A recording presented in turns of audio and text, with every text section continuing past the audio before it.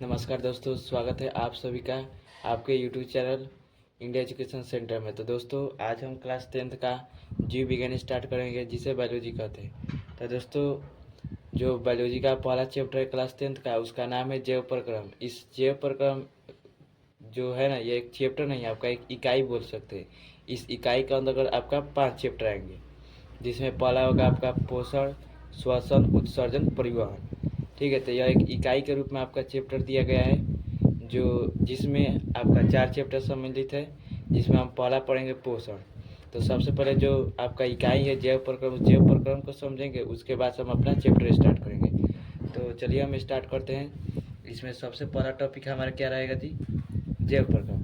तो इस जैव प्रक्रम की सबसे पहले परिभाषा को देखते हैं। एकदम आसान भाषा में समझेंगे, इजी वे में समझेंगे। जैव प्रक्रम, देखिए, जैव प्रक्रम को अंग्रेजी में हम लाइफ प्रोसेस कहते हैं।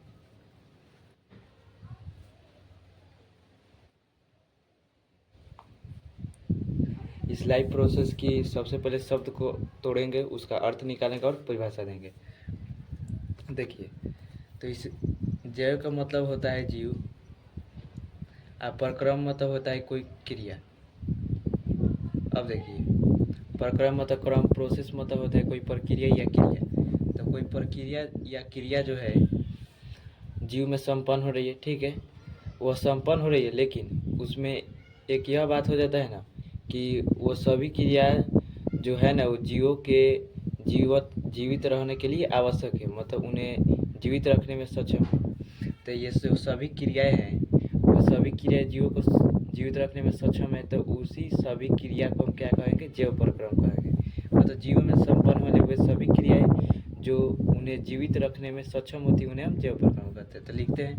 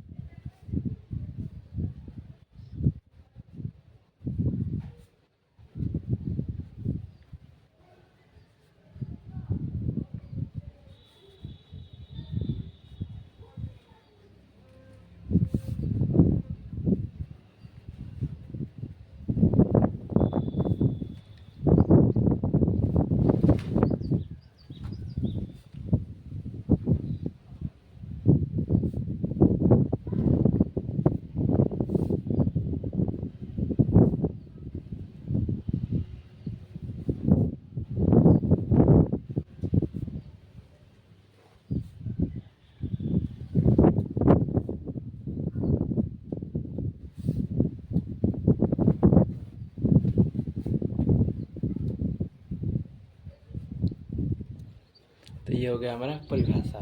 जीव में संपन्न होने वाली सभी क्रियाएं जो उन्हें जीवित रखने में सक्षम होती है, उन्हें जैव प्रक्रम होते हैं। किस प्रकार से उन्हें जीवित रखने में सक्षम होती है?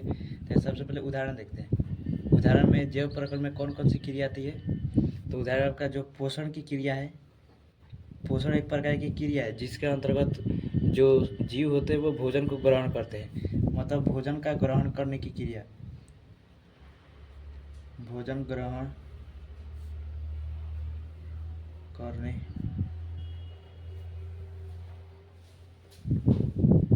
भोजन ग्रहण करने की क्रिया को हम क्या कहते हैं जी? पोषण कहते हैं। तो देखिए, पोषण जो है, अगर कोई जीव है वह भोजन ग्रहण नहीं करेगा तो वह जीवित कैसे रहेगा? उसमें ऊर्जा का संचार नहीं होगा बेचारे में, ठीक है। तो अगर भोजन वह ग्रहण नहीं करेगा तो वो जीवित नहीं रह पाएगा, खाएगा तभी ना जीवित रहेगा, कोई भी जीव है। तो उसके बाद आपका श्वसन आता है। दूसरा उदाहरण में आपका श्वसन आता है। तो श्वसन का जो होता है ना, यह भी श्वसन एक प्रकार की क्रिया है। इस क्रिया के तहत ऊर्जा का निर्माण होता है, ऊर्जा निर्माण की क्रिया, ऊर्जा निर्माण की क्रिया को श्वसन कहते हैं। अर्थात सजीव जब भोजन को ग्रहण करेगा, जब भोजन ग्रहण कर लेगा तो उस भोजन से ऊर्जा का निर्माण होगा। उस भोजन से जब ऊर्जा का निर्माण होगा तभी जाकर वो कोई भी कार्य को संचालित कर पाएगा, मतलब जीवित रह पाएगा। जब उसमें ऊर्जा ही नहीं रहेगा तो वह किस प्रकार से जीवित रहेगा? तो मतलब कि जीवित रखने के लिए पहले का तो भोजन अर्थात पोषण की आवश्यकता होती है। तो इस भोजन को ग्रहण करने की क्रिया पोषण हो जाएगी। तो पोषण आपकी एक प्रकार की क्रिया हो गई, शोषण आपका एक प्रकार की क्रिया हो गई, ठीक है। इस श्वसन के तहत ऊर्जा का निर्माण होता है, उस ऊर्जा का उपयोग करके वो जीवित रहता है। तो श्वसन भी एक प्रकार की जो प्रक्रिया वो आपका जैव प्रक्रम होगा। उसके बाद जो आपका आता है अगला परिवहन होगा।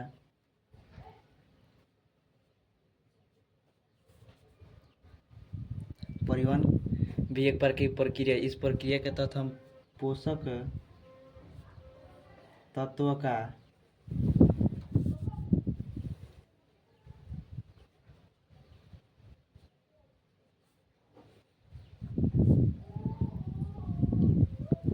देखिए परिवहन का अर्थ यहाँ पर होता है क्या जी, यह परिवहन आपका क्रिया हो गया। यह परिवहन मतलब हो गया आपका गमन, मतलब कि एक स्थान से दूसरे स्थान तक ले जाए। तब पोषक तत्व देखिए भोजन पचेगा तो भोजन पचेगा तो पोषक तत्व बनेगा। इस पोषक तत्व को विभिन्न अंगों तक पहुँचाया जाएगा जहाँ पर उसका आवश्यकता होगा। तो देखिए परिवहन नहीं रहेगा तो भोजन को किस प्रकार से हम पहुंचाएंगे आवश्यक जगह पर, तो यह भी क्रिया उनके लिए जीवित रखने में सक्षम है। तो यह भी हमारा जैव प्रक्रम हो जाएगा। एकदम आसान भाषा में समझेंगे और क्यों होता है उसे भी समझेंगे। परिवहन हमारा जो क्रिया या परिवहन क्रिया किस क्यों जैव प्रक्रम, हम इसे समझे। अब देखिए जो चौथा उदाहरण आता है आपका परिवहन के बाद आता है उत्सर्जन। उत्सर्जन आपकी एक प्रकार की क्रिया है। इसमें अवशिष्ट पदार्थ का जीव जो होता है अवशिष्ट पदार्थ का निष्कासन की क्रिया।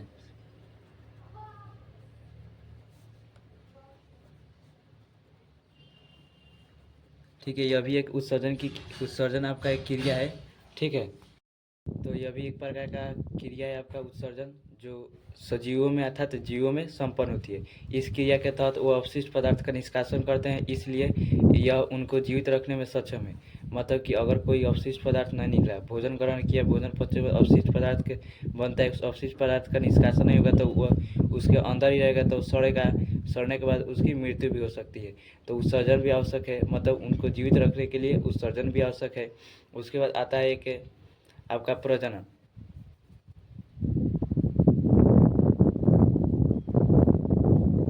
नए जीव की उत्पत्ति की क्रिया, नए जीव या संतान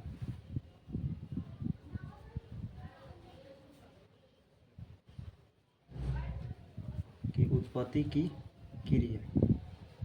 अब देखिए कोई जीव है, वह जीव तो निश्चित है कि एक समय बाद मरेगा।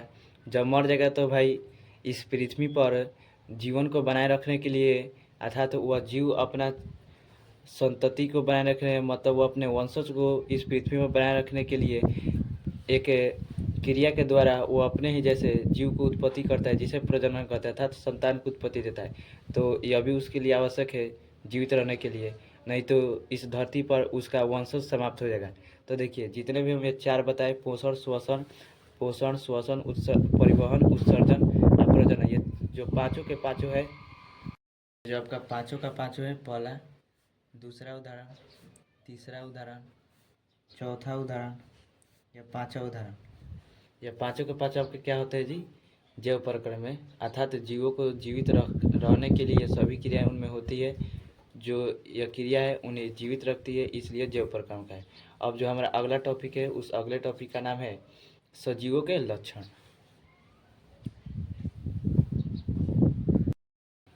दूसरा हमारा हो जाएगा सजीवों के लक्षण। दूसरा टॉपिक इसमें पढ़ना है सजीवों के लक्षण। तो देखिए इस सजीव को लक्षण समझने से पहले हम समझते हैं सजीव अर्थात जीव क्या है। तो देखिए सजीव किसे कहा जाता है अर्थात जीव किसे कहा जाता है। जीव को ही हम क्या कहते हैं, सजीव कहते हैं। या जीव क्या है, तो देखिए इसकी परिभाषा होती है जिसमें जीवन पाया जाता है उसे सजीव, मतलब जो जिंदा है अर्थात जिसमें जीवन पाया जाता है वही सजीव है। और जो जिंदा नहीं है अर्थात जो में जीवन नहीं पाया जाता है वो आपका निर्जीव हो जाता है। जीवन पाया जाता है, जिनमें जीवन पाया जाता है वे आपके सजीव हो गए, और जिनमें जीवन नहीं पाया जाता वे आपके निर्जीव हो गए। देखिए जो विज्ञान है, यह विज्ञान आपका जो विज्ञान है, विज्ञान बताता है कि पूरा ब्रह्मांड जो है आपका कितने चीज़ों से मिलकर बना है जी, तो आपका दो चीज़ से मिलकर बना है। पहला सजीव से और दूसरा निर्जीव दूसरा किससे जी, निर्जीव से। देखिए तो सजीव, सजीव जिसमें जीवन पाया जाता है उसे सजीव कहा जाता है, जिनमें जीवन नहीं पाया जाता है उसे निर्जीव कहा जाता है। जितने भी लकड़ी आप ईंट देखते हैं, पत्थर देखते हैं, उसके बाद खिलौना देखते हैं, प्लास्टिक देखते हैं इत्यादि, तो आपका यह सजीव है। इस सजीव के अंतर्गत मुख्य रूप से या कुल कितने, 3 चीज़ आते हैं, मतलब 3 वस्तु आएंगी अर्थात पदार्थ आएगी। इसमें आपका आ जाएगा जितने भी आप पौधा देखते हैं वो सभी के सभी क्या है जी, आपके पौधे, पेड़ पौधा, सभी के सभी पेड़ पौधा हो जाएंगे। जितने भी आपके जंतु है वो हो जाएंगे।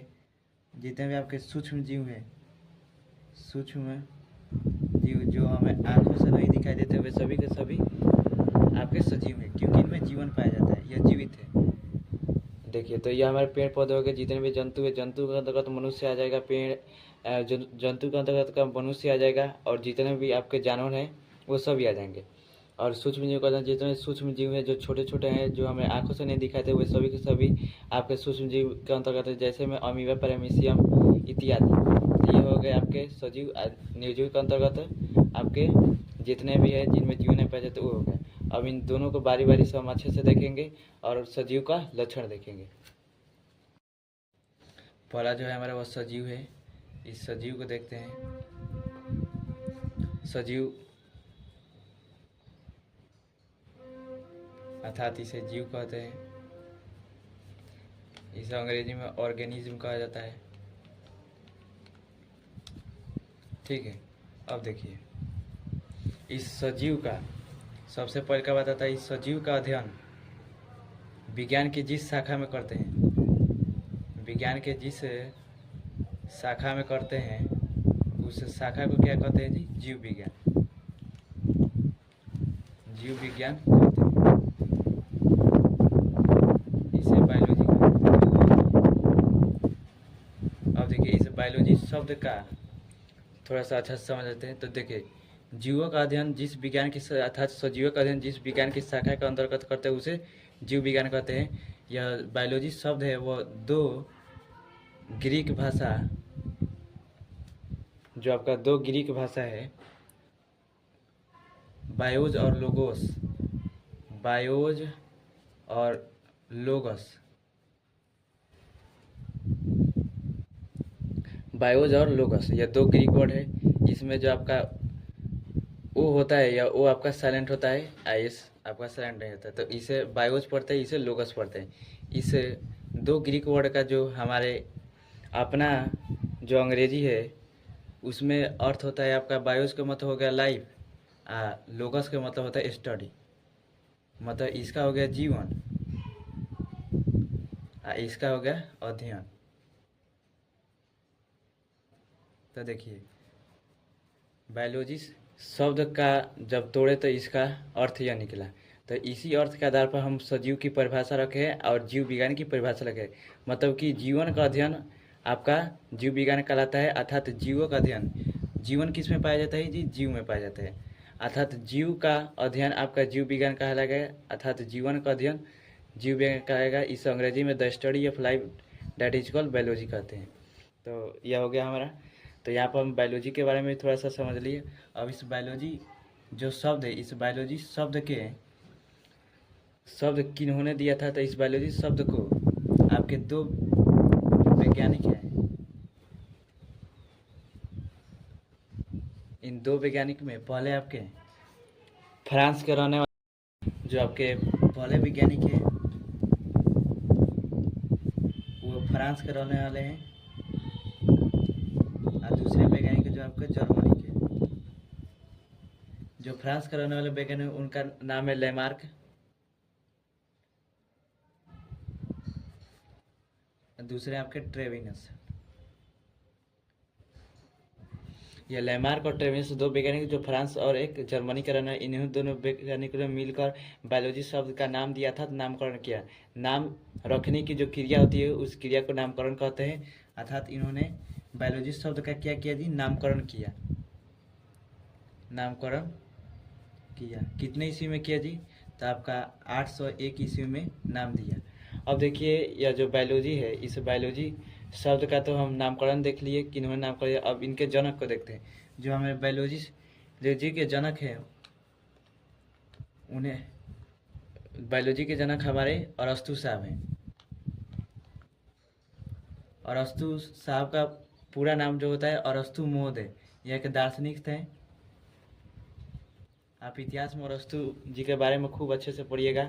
अरस्तु महोदय जी थे, एक दार्शनिक थे। इनका जो यूनानी नाम होता है अर्थात अंग्रेजी नाम, यह आपका एरिस्टोटल होता है। यह नहीं कि अरस्तु को अंग्रेजी में अरस्तु लिख नहीं है, एरिस्टोटल। इनका अंग्रेजी नाम एरिस्टोटल है। तो इनका अंग्रेजी नाम एरिस्टोटल, यह खूब पूछता है आपके एग्जाम में। दूसरा पूछता है आपका नामकरण किन्होंने किया, वो पूछता है कितने ईस्वी में किया। तो हम जीव विज्ञान के जनक हम क्या हो गए, अरस्तु महोदय जी आपके जनक हो गए। अब देखिए जीव विज्ञान की भी दो शाखाएं होती है। पहला शाखा हो गया आपका जंतु विज्ञान और दूसरा शाखा हो गया वनस्पति विज्ञान। तो देखिए इस दोनों जो है ना आपका दोनों अलग अलग शाखा, इस दोनों शाखा को सबसे पहले दो भागों में बांट दिया था आपके अरस्तु महोदय जी, किंगडम के रूप में, जगत के रूप में, कि आपके जो सजीव है वो दो प्रकार के होते हैं, एक जंतु होते हैं, दूसरा पादप होते हैं। लेकिन आगे चलकर इसे तीन भागों में बांटा गया है। जीव विज्ञान के कितने भाग, तीन भाग। देखिए प्राथमिक शिक्षा वर्ग के अनुसार मतलब कि 1 से 8 तक यह समझा जाता है कि विज्ञान दो प्रकार का होता है आपका, मतलब जीव विज्ञान दो प्रकार का हो गया आपका, जंतु विज्ञान और पादप विज्ञान। लेकिन जो उच्च शिक्षा वर्ग होता है उस शिक्षा वर्ग मतलब 11th-12th में जाएगा तो आपको वहाँ पर बताया जाएगा कि जीव विज्ञान जो होती है तीन शाखाएं होती है, एक जंतु विज्ञान, दूसरा आपका पादप विज्ञान होगा, तीसरा सूक्ष्म विज्ञान मतलब सूक्ष्म जीव विज्ञान, जिसमें सूक्ष्म जीव का अध्ययन करते हैं। तो हम आपको दो बताएंगे क्योंकि यह प्राथमिक शिक्षा वर्ग के अनुसार होगा। तो देखिए जीव विज्ञान आपका, जीव विज्ञान की कितनी शाखा जी, आपका दो शाखा। पहला शाखा आपका हो गया जंतु विज्ञान,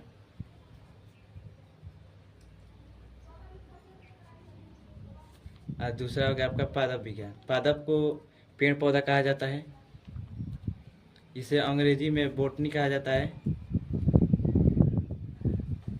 इसे जूलॉजी कहा जाता है।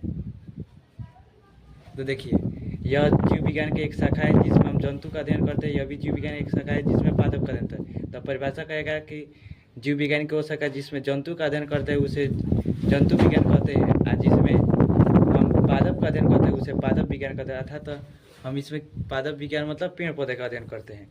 तो यह हो गया आपका परिभाषा। तो बस आपसे जो पूछेगा सजीवों के बारे में इतना ही पूछेगा। अब हम देखते हैं सजीवों के जो लक्षण है उस लक्षण को देखते हैं।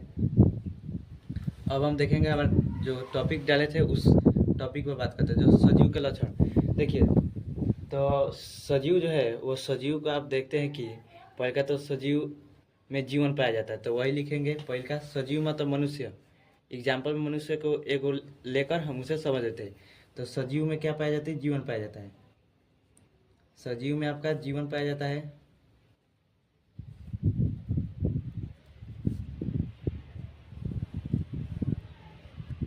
आपके सजीव जो है वह भोजन को ग्रहण करते हैं, लेकिन निर्जीव जैसे में ईंटा आपका जो है ईंटा भोजन को थोड़ी ना ग्रहण करता है। तो देखिए आपका सजीव क्या है, मतलब मनुष्य आपका उदाहरण हो गया एक सजीव के रूप में। ये आपका मनुष्य जो है वह भोजन ग्रहण करता है, हम लोग भोजन ग्रहण करते हैं। तो यह भोजन ग्रहण करता है, यह जो है आपके भोजन ग्रहण करते हैं। एकदम आसान भाषा में समझेंगे, रटना नहीं है। तीसरा देखिए मनुष्य जो है अर्थात जो सजीव है या भोजन को तो ग्रहण करता है, उसके बाद यह चलता भी है। ईंटा लेकिन नहीं चलता है, ईंटा आपका निर्जीव है जो नहीं चलता है, तो मनुष्य चलता है। तो यह चलते हैं मतलब यह गमन कर सकते हैं, यह गमन करते हैं।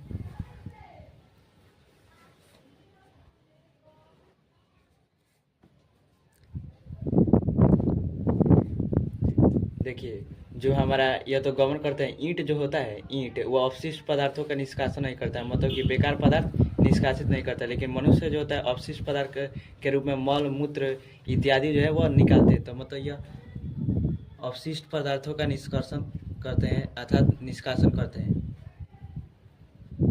यह अवशिष्ट पदार्थ का निष्कासन करते हैं मतलब उत्सर्जन करते हैं।